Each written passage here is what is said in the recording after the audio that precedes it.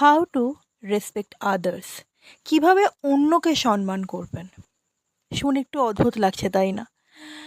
দেখুন, একজন মানুষ হওয়ার জন্য যেমন নিজেকে সম্মান করতে জানাটা প্রয়োজন, তেমনই অপর দিকের মানুষকেও সম্মান করাটা প্রয়োজন। তাই আজকে আমরা জানব কিভাবে আমরা অন্যদেরকে সম্মান করব। নাম্বার 1, যদি পরিস্থিতি আমাদের বিপক্ষে থাকে সেই সময় চুপচাপ সমাধান খুঁজুন বা সম্ভব হলে সেই স্থান ত্যাগ করুন। কারণ যদি আমরা সেই পরিস্থিতিতে তর্ক করি, মাথা গরম করি, ঝগড়া করি, তাহলে পরিস্থিতি খারাপ হবে এবং সেই খারাপ পরিস্থিতি আমাদের জন্য ভালো না, আমাদের মেন্টাল পিস নষ্ট হবে, তাই না? 2, মানুষের মুখ বা আচরণ দেখে বোঝা যায় না কোন মানুষ কোন পরিস্থিতির মধ্যে দিয়ে যাচ্ছেন। তাই কাউকে হুটপাট বা রেগে গিয়ে কোনো খারাপ কথা বলবেন না। হতেই পারে যে মানুষটার ওপরে আমরা রেগে যাচ্ছি বা অকারণে একটা ঝামেলা তৈরি হতে যাচ্ছে, তার কারণ সেই মানুষটার বর্তমান পরিস্থিতি। হয়তো সেই মানুষটা নিজের জীবনে খুবই ঝামেলায় জড়িয়ে আছে, হয়তো সে কোনো কারণে ডিপ্রেসড, হয়তো সে কোনো কারণে ঠিক নেই, তার জন্য সে রেগে যাচ্ছে, খিটখিটে হয়ে যাচ্ছে, ঝামেলার পরিস্থিতি তৈরি হচ্ছে। সেক্ষেত্রে সামান্য প্রতিবাদ এবং সেই স্থান প্রয়োজনে পরিত্যাগ করা সম্ভব হলে।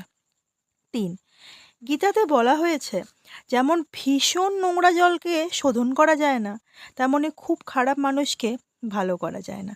এক্ষেত্রে আমার একটা কথা বলার, কোনো মানুষ কিন্তু খারাপ হয় না, তার স্বভাব বা বদ অভ্যেস তাকে খারাপ করে। এই কথাটা মাথায় রেখে যখন আমরা দেখব কোনো ব্যক্তি রীতিমতো পায়ে পা দিয়ে ঝামেলা করছেন, সেই পরিস্থিতিতে প্রতিবাদ করাটা যেমন প্রয়োজন, কারণ অন্যায় মেনে চুপ থাকাটা কোনো সমাধান নয়, ঠিক তেমনই এই ধরনের পরিস্থিতি বা মানুষদের জন্য নিজের মাথাকে অশান্ত করার কোনো মানেই হয় না। তাই এই পরিস্থিতিকে আমাদের ইগনোর করতে হবে, এটাই সবথেকে বড় সমাধান।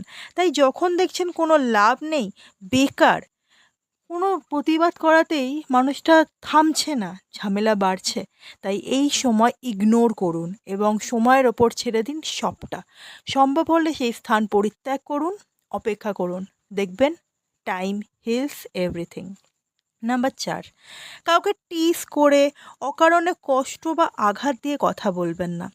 কারণ একটাই, কর্ম কিন্তু ফিরে আসে এবং কর্ম যখন ফিরে আসে তখন সেটা খারাপ হলে খুব খারাপ হয়, ভালো হলে খুব ভালো হয়।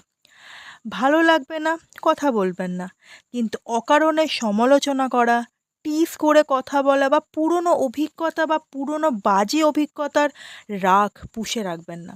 বারবার অতীতকে ঘাঁটবেন না। কেন যে জায়গাটা শুকোতে চাইছে সেই জায়গাটায় বারংবার আঘাত করছেন? কেন নিজের ভালো হওয়ার পথে সমালোচনা, টিজ করা, অন্যকে নিয়ে ভাবা, অন্যকে নিয়ে খারাপ চিন্তা, এই ধরনের বদ ইমোশনগুলোকে প্রশ্রয় দিচ্ছেন? তাই ইগনোর করুন, চুপ থাকুন, সময় সব ঠিক করে দেবে। এভাবে এই পয়েন্টগুলোকে মেনে আসুন আমরা একে অপরকে সম্মানের চোখে দেখি। সম্ভব হলে একে অপরের পাশে দাঁড়াই, সম্ভব না হলে চুপ থাকি, এড়িয়ে যাই, কিন্তু কাউকে অকারণে কষ্ট দেওয়া, অপমান করা থেকে আমরা বিরত থাকি। আসছি পরের ভিডিওতে, ততদিন সকলে ভালো থাকুন, সুস্থ থাকুন, সম্মান একে অপরের প্রতি জানাতে থাকুন। নমস্কার।